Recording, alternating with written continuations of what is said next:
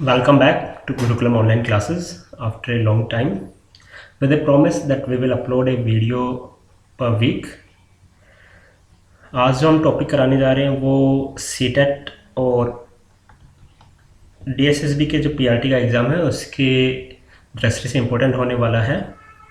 CTET ने अपनी notification अभी इशू की है 20 सितंबर को, जिसमें 16 ऑफ दिसंबर से लेके 13 ऑफ जनवरी 2022 तक शिफ्ट में एग्ज़ाम होने के बारे में कहा है और ये एग्ज़ाम ऑनलाइन मोड में होना है। सीटेट पहली बार ऑनलाइन मोड में होने जा रहा है। इसके अलावा पीआरटी को लेके जो कोर्ट में केस चल रहा है, जैसे ही कोर्ट अपना डिसीजन देती है, आई होप डीएसएसबी इस टाइम पूरे मूड में है कि वो एग्ज़ाम को जल्दी से जल्दी कंडक्ट कराएगी, क्योंकि जिस हिसाब से डीएसएसबी अभी टीजीटी पीजी के एग्ज़ाम कंडक्ट करा रही है, उनके आंसर की टाइमली ला रही है और उनके रिजल्ट भी टाइमली आ रहे हैं, उस हिसाब से लगता है कि डीएसएसबी अपने पूरे मूड में है। तो आइए आज का टॉपिक देखते हैं क्या है। Social development theory. Social development theory किसने दी थी? लेव Vygotsky.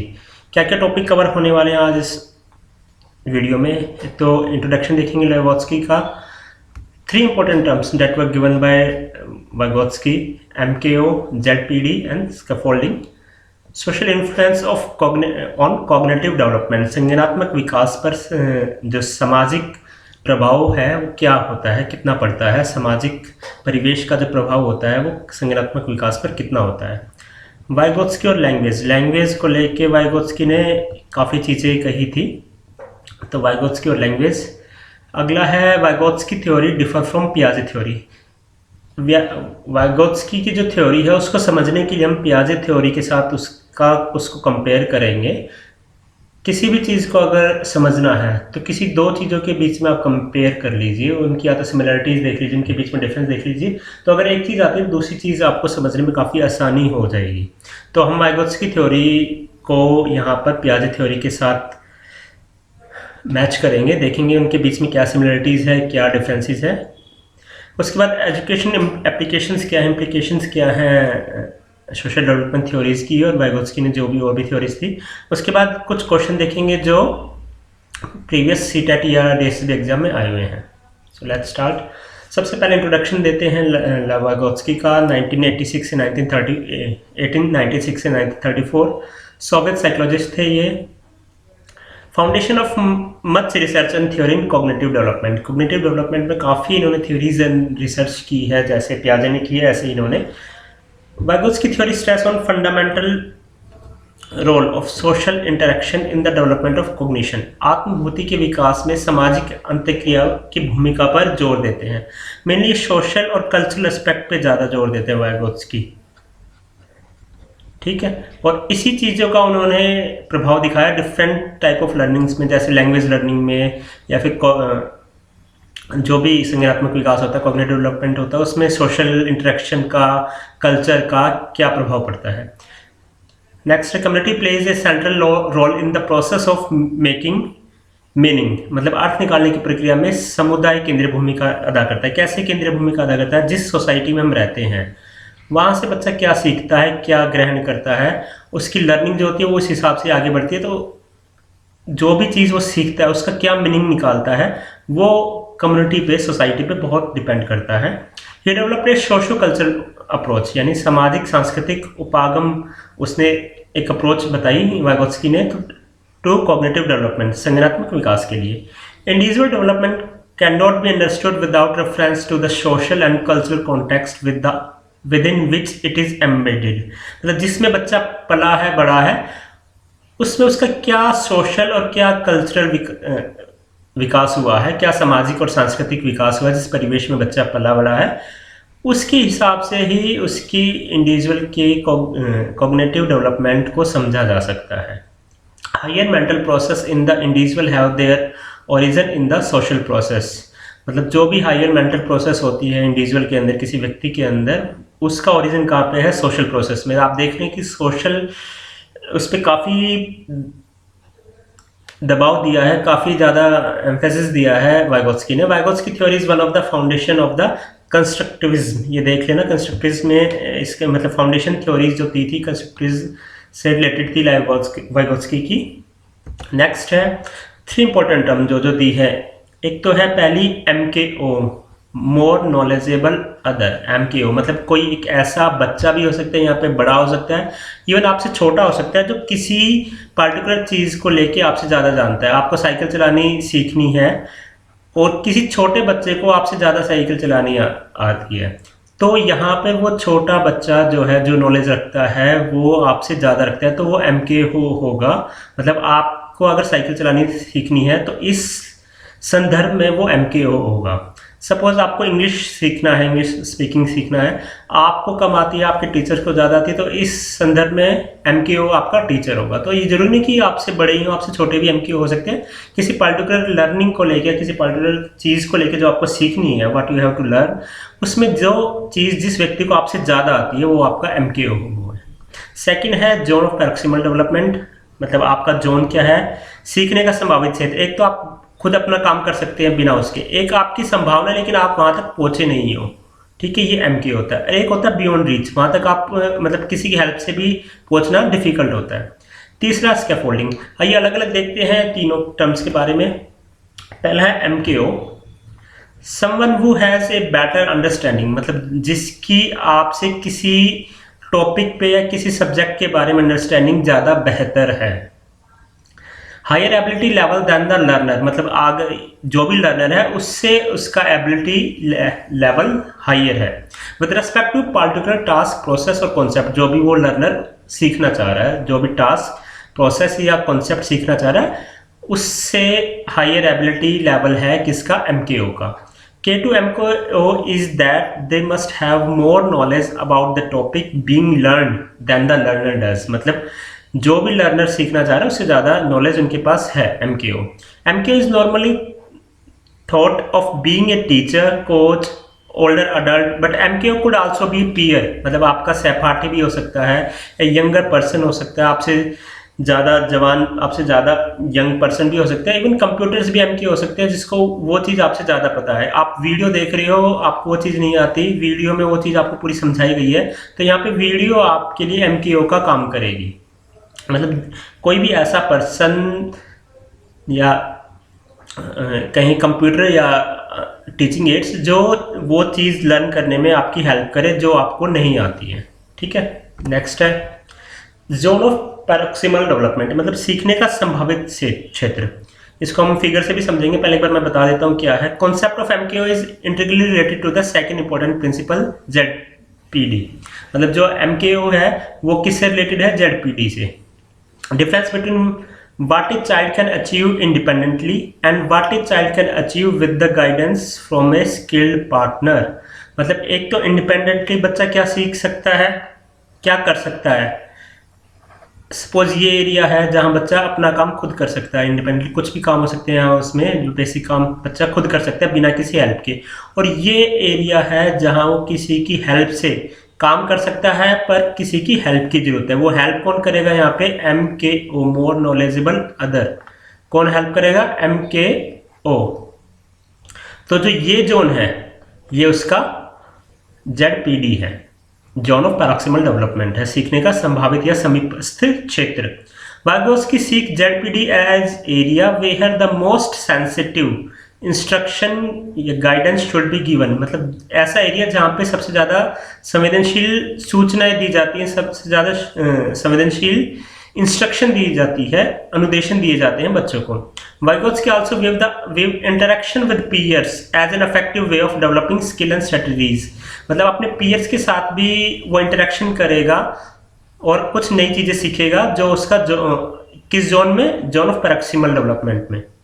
He suggests that the teacher use cooperative learning, मतलब टीचर को सहकारी अधिगम को यूज करना चाहिए ताकि बच्चे इंटरेक्शन करके आपस में इस जोन को कवर कर लें। ZPD as the distance between the actual development level, मतलब जो बच्चे का एक्चुअल डेवलपमेंट लेवल है, and the level of potential development, जो संभावित डेवलपमेंट है अंडर अडल्ट या MKO की गाइडेंस में, और in collaboration with the more capable peer. Class में कुछ बच्चे ज़्यादा इंटेलिजेंट होते हैं, कुछ कमज़ोर होते हैं, तो उनके साथ, उनके सानिध्य में रह के बच्चा जो एक्स्ट्रा सीखता है वो जोन ऑफ पैरोक्सिमल डेवलपमेंट का एरिया होता है। देखते हैं व्हाट इज नोन, मतलब जो बच्चे को पता है, जो बच्चा जानता है पहले से, नोन है, ठीक है। ये बीच का एरिया है skill too difficult for a child to master on his or own, मतलब खुद ऐसी चीज है जिसमें स्किल हासिल नहीं कर सकता अपने आप से, अपने आप उसमें मास्टरी हासिल नहीं कर सकता, but that can be done with the guidance and encouragement from A knowledgeable person. ये नॉलेजेबल पर्सन जो भी है वो इसकी हेल्प करेगा। यहाँ पे नॉलेजेबल पर्सन को कहेंगे MKO, मोर नॉलेजेबल अदर, और वो पहुंच जाएगा कहाँ पे, जो उसको नोन नहीं है वहां तक पहुंच जाएगा, इस डिस्टेंस को कवर कर लेगा MKO की हेल्प से। स्कैफोल्डिंग, स्कैफोल्डिंग क्या होता है, इसका हिंदी अगर मैं शब्दार्थ करूँ तो चबूतरा कह सकते हैं, मचान कह सकते हैं। सीटेट वर्ड यूज करता है मचान इसके लिए अपने क्वेश्चंस में, तो ध्यान रखना स्कैफोल्डिंग मचान। Scaffolding consists of activities provided by the educator or more competent peer to support student। ये जो भी इस एरिए से जो बच्चा खुद कर सकता है यहाँ तक जाने में, जो जोन ऑफ पैरोक्सिमल डेवलपमेंट सीखने का संभावित क्षेत्र है, यहाँ से बच्चा यहाँ तक जा रहा है, तो जो भी हेल्प यहाँ पे MKO या टीचर या उसका पीयर कर रहा है, जो हेल्प वो दे रहा है, मतलब जो चीज़ वो सिखा रहा है यहाँ से यहाँ तक पहुँचाने में, इसको हम स्कैफोल्डिंग कहते हैं, ठीक है। Scaffolding consist of activities provided by the, activities में कुछ भी हो सकता है, टीचर उसको कैसे सिखा रहा है यहाँ से यहाँ तक पहुंचने में, डिफरेंट एक्टिविटीज का सेट स्कैफोल्डिंग कहलाता है, जो बच्चे को यहाँ से लेके यहाँ तक आने में मदद करता है।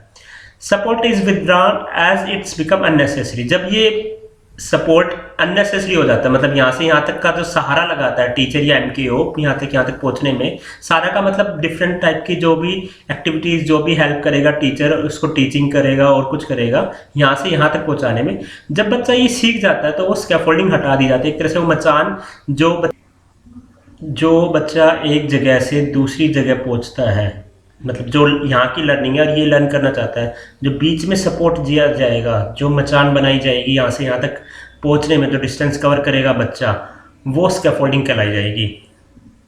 तो support is withdrawn as it's become unnecessary, जैसे ही अननेसेसरी हो जाता है, बच्चा खुद सीख जाता है वो काम करना, वैसे ही सपोर्ट हटा दिया जाता है। The student will then be able to complete the task again on its own, बच्चा बार बार करके सीखता है, फिर उस काम को खुद करना सीख जाता है। A process that enable a child to solve a task or achieve a goal that would be beyond his unassisted effort, मतलब एक प्रोसेस है, क्या है स्कैफोल्डिंग, एक डेफिनेशन लिखते हैं, a process that enable a child, जो बच्चे को अनेबल करती है, टू सोल्व ए टास्क और अचीव ए गोल, एक टास्क या एक गोल अचीव करने में, that would be beyond his unassisted effort, जो बिना सहयोग के वो पूरा नहीं कर सकता था, ठीक है।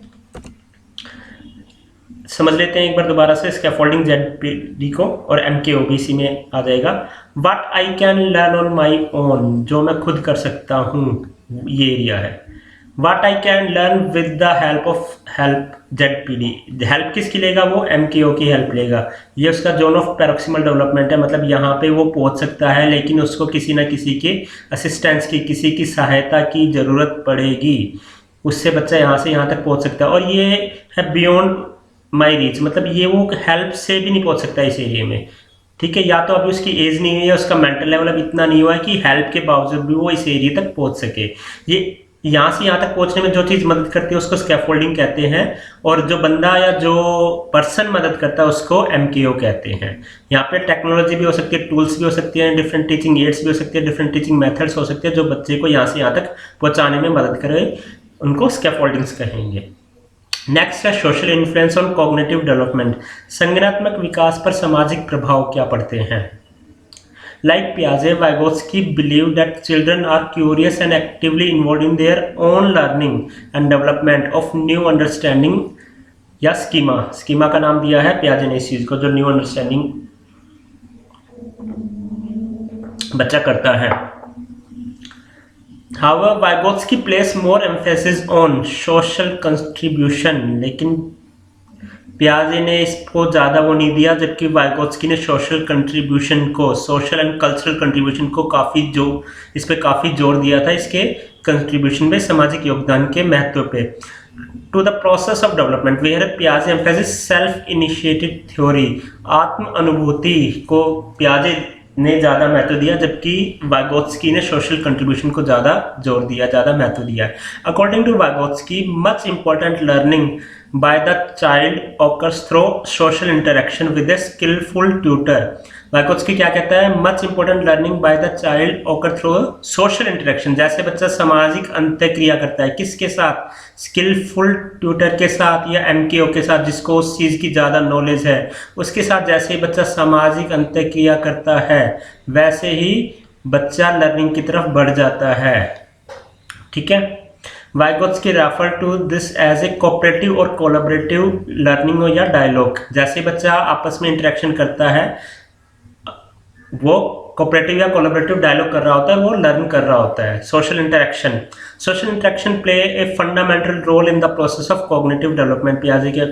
वाइगोत्स्की के अकॉर्डिंग सोशल इंटरेक्शन जो है वो एक फंडामेंटल मूलभूत रोल अदा करता है प्रोसेस ऑफ कॉग्निटिव डेवलपमेंट में।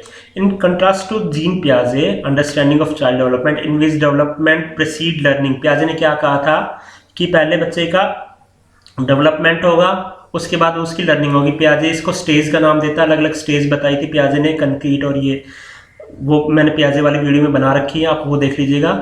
पियाजे ने एज के अकॉर्डिंग डिवाइड किया हुआ उसको, 4 स्टेजेस हैं पियाजे की, एज के अकॉर्डिंग है कि जैसे जैसे डेवलपमेंट होगी वैसे वैसे बच्चा लर्न करेगा, लेकिन पहले डेवलपमेंट होगी फिर बच्चा लर्न करेगा, मतलब हमेशा डेवलपमेंट पहले आएगा फिर लर्निंग होगी।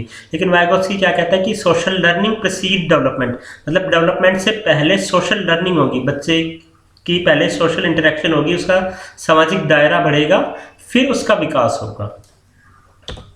नेक्स्ट है वाइगोत्स्की एंड लैंग्वेज। इसके ऊपर भी क्वेश्चन आ जाते हैं सीटेट में, लैंग्वेज डेवलपमेंट के टॉपिक में हम वाइगोत्स्की को भी पढ़ते हैं। Vygotsky believe that language developed from social interaction. क्या कहता है वाइगोत्स्की की जो लैंग्वेज है वो सोशल इंटरेक्शन से सीखी जाती है। जैसे बच्चा सामाजिक अंतःक्रिया करता है वैसे ही उसका लैंग्वेज का दायरा, उसकी भाषा का दायरा बढ़ता जाता है। Language is an accelerator to thinking understanding. और जे ब्रूनर ने भी यही विचार दिए थे लैंग्वेज के बारे में कि लैंग्वेज जो है वो सोच को और समझ को तेज करता है। ठीक है, जिसकी लैंग्वेज या जिसका सामाजिक अंतःक्रिया का दायरा जितना बढ़ागा उतनी ही बच्चे की समझ और बच्चे की चिंतन क्षमता उतनी ही ज़्यादा होगी। Language play 2 critical role in cognitive development. क्या क्या 2 रोल प्ले करती है लैंग्वेज बच्चे के संज्ञानात्मक विकास में? It is the main means by which adult transmit information to the children. यहाँ पे अडल्ट की जगह हम MKO भी कह सकते हैं कि ये एक ऐसा माध्यम है जिससे MKO लर्नर को इंफॉर्मेशन ट्रांसमिट करता है, उसको अपनी जो भी नॉलेज है वो देता है लैंग्वेज के थ्रू ही। बिना लैंग्वेज या बिना मीडियम के बच्चा जो MKO है वो अपनी समझ को बच्चे तक नहीं प्रेषित कर सकता। Language itself become a very powerful tool of intellectual adaptation. बौद्धिक अनुकूलन में भी, बौद्धिक और संज्ञानात्मक अनुकूलन में भी लैंग्वेज अपने आप में एक पावरफुल टूल की तरह काम करती है। Vygotsky differentiate between 3 forms of language. Vygotsky ने भी लैंग्वेज को 3 उसमें डिवाइड किया। यहाँ पर वाइगोत्स्की लेकिन एज के अकॉर्डिंग ही डिवाइड करते हैं, जो पियाजे से सिमिलर है, मतलब एज के अकॉर्डिंग ही अलग अलग लैंग्वेज डेवलप होती है। पहली सोशल स्पीच, दूसरी है प्राइवेट स्पीच, तीसरी है साइलेंट इनर स्पीच। देखते हैं सोशल स्पीच, एक्सटर्नल कम्युनिकेशन जो बच्चा करता है वो सोशल स्पीच कहलाती है। यूज टू टॉक अदर्स 2 साल की उम्र से ही शुरू हो जाती है। ठीक है, ऐसा नहीं कि 2 साल तक खत्म होती है, 2 साल से शुरू हो जाती है। बच्चा 2 साल की एज से सामाजिक अंतःक्रिया करना शुरू कर देता है, सोशल स्पीच। सेकंड है प्राइवेट स्पीच। प्राइवेट स्पीच क्या है? फ्रॉम एज ऑफ 3 साल से बच्चा ये शुरू कर देता है private speech. Directed to the self and serve as a intellectual function. ये खुद को डायरेक्ट करते हुए बात करता है बच्चा खुद से। Transition point between social and inner speech, जो तीसरी स्पीच है, तीसरा वाच्य है इनर स्पीच और एक है सोशल, उनके बीच का ट्रांजिशन पॉइंट है ये दो प्राइवेट स्पीच, इन दोनों के बीच का संक्रमण बिंदु है। The moment in development where language and thoughts unite to constitute verbal thinking.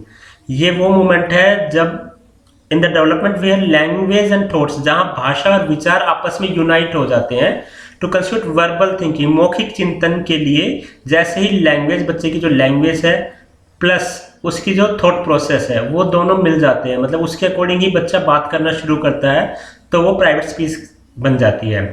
ठीक है, 2 से 3 साल का बच्चा थॉट प्रोसेस और लैंग्वेज को क्लब नहीं कर सकता, लेकिन 3 साल से तक आते आते या 3 साल के बाद बच्चा इन दोनों को लैंग्वेज और थॉट प्रोसेस को क्लब करना शुरू कर देता है। Address to the self for the purpose of self regulation, मतलब खुद को एड्रेस करते हुए बच्चा या खुद पे रेगुलेशन करने के लिए इस स्पीच का यूज करता है, प्राइवेट स्पीच का, रादर देन कम्युनिकेशन, मतलब बातचीत के लिए इस स्पीच का यूज नहीं किया जाता। ये अपने आप को सेल्फ को एड्रेस करते हुए ही सेल्फ रेगुलेशन के लिए प्राइवेट स्पीच का बच्चा यूज करता है। Vygotsky see private speech as a mean for the children to plan activities and strategies and therefore aid their development. बच्चा इसका यूज कहाँ करता है वाइगोत्स्की के according?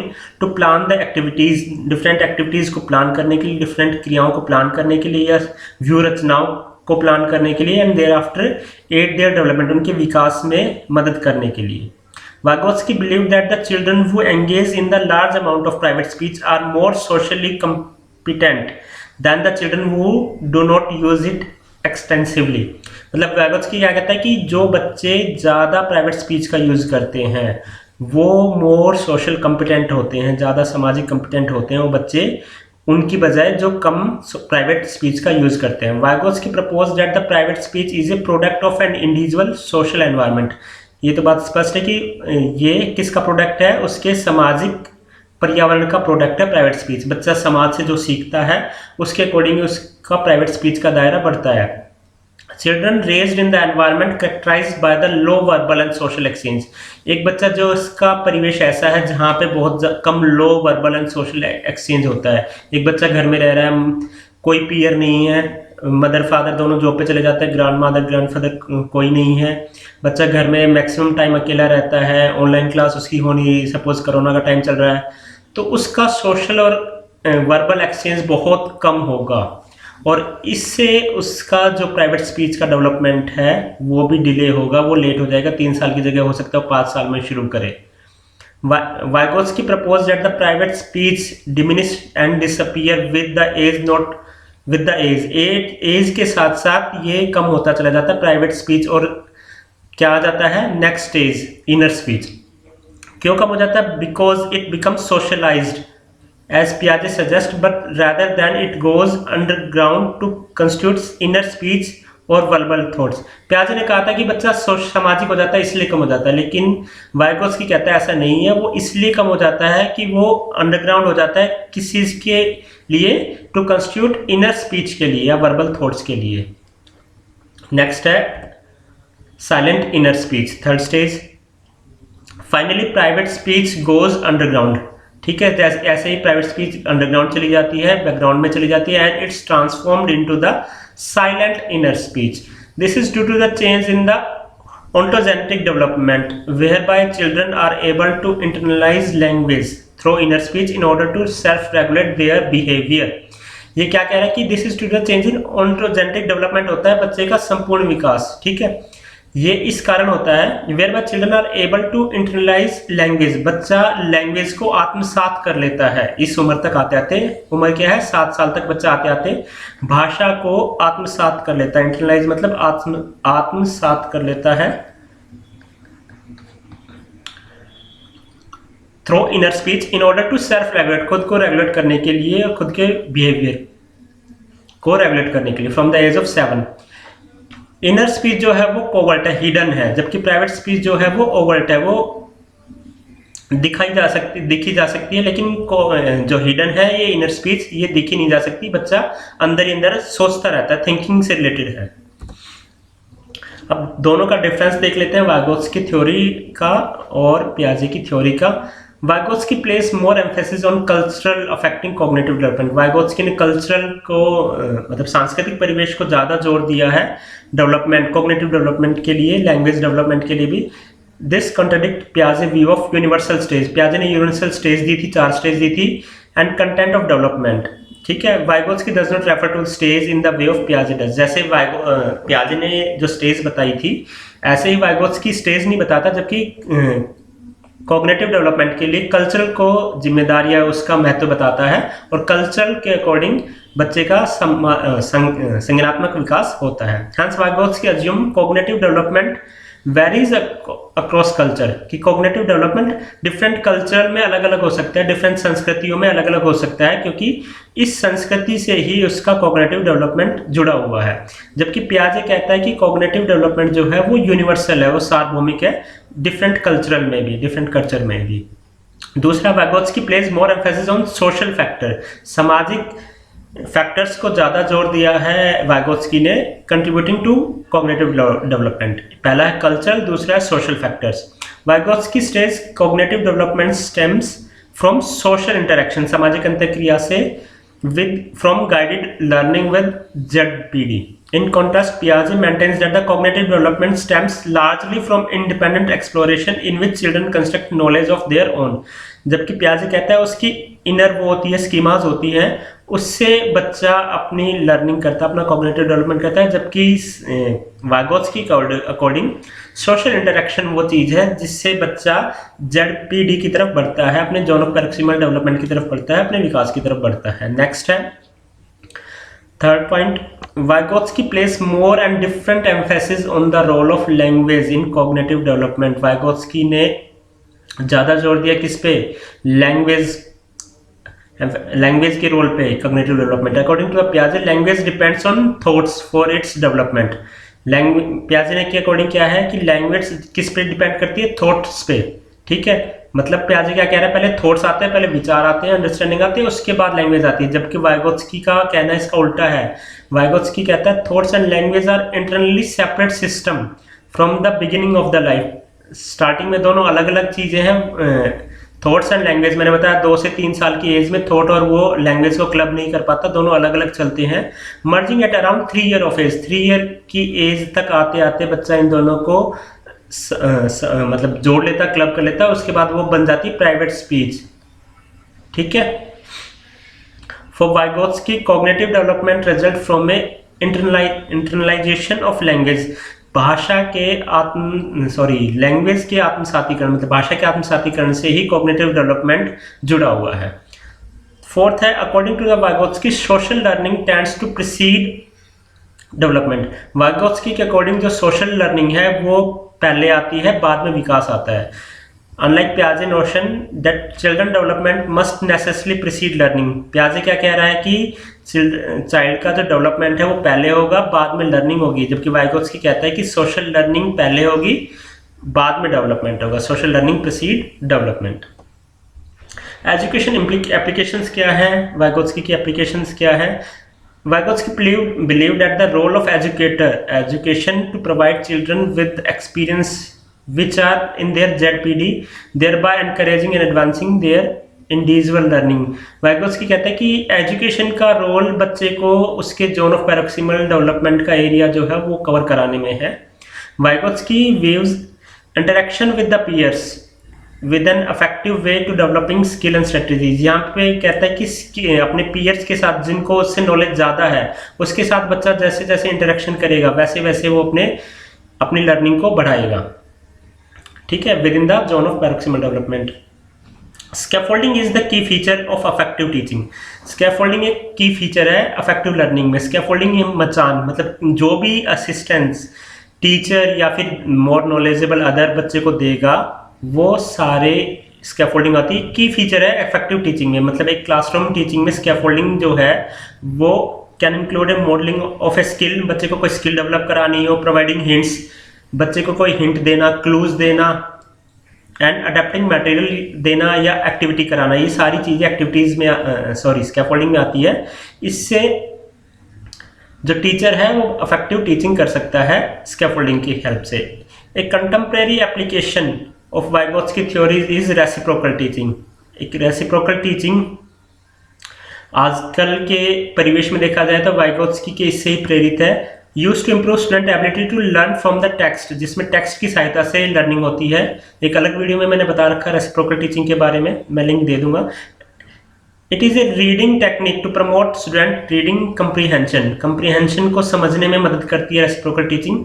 It is method in this method teachers and students collaborate in the learning and practicing 4 की skill, 4 skills सिखाई जाती हैं रेसिप्रोकल टीचिंग में: summarising, questioning, clarifying and predicting. मतलब समरी करना, उसको समराइज करना, प्रश्न पूछना, क्लैरिफाई करना, स्पष्टीकरण देना, प्रेडिक्टिंग, उसके बारे में प्रेडिक्ट करना कि आगे क्या होगा। उस टेक्स्ट को पढ़ के ये चारों चीजें डेवलप की जाती हैं। Vygotsky theory also feed in current interest in collaborative learning, suggests that the group members should have different level of ability, so more advanced peer can be less advanced member operate within the zone of proximal development। collaborative learning में हम इसका use कर सकते हैं, जैसे एक group बना दिया, उसमें डिफरेंट टाइप के बच्चे हैं, कुछ बच्चों को नॉलेज ज़्यादा है, कुछ को कम है। जिनको ज़्यादा है वो MKO हो जाएंगे, उनके लिए जिनको नॉलेज कम है आपस में इंटरेक्शन करके कोलैबोरेटिव लर्निंग से बच्चा लर्निंग करेगा यहाँ पे।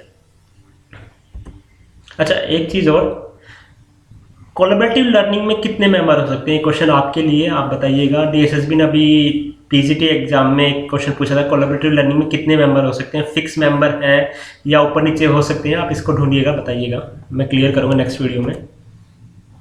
क्वेश्चन देख लेते हैं लास्ट में। Vygotsky social development theory laid the foundation of constructivism, मैंने बताया था।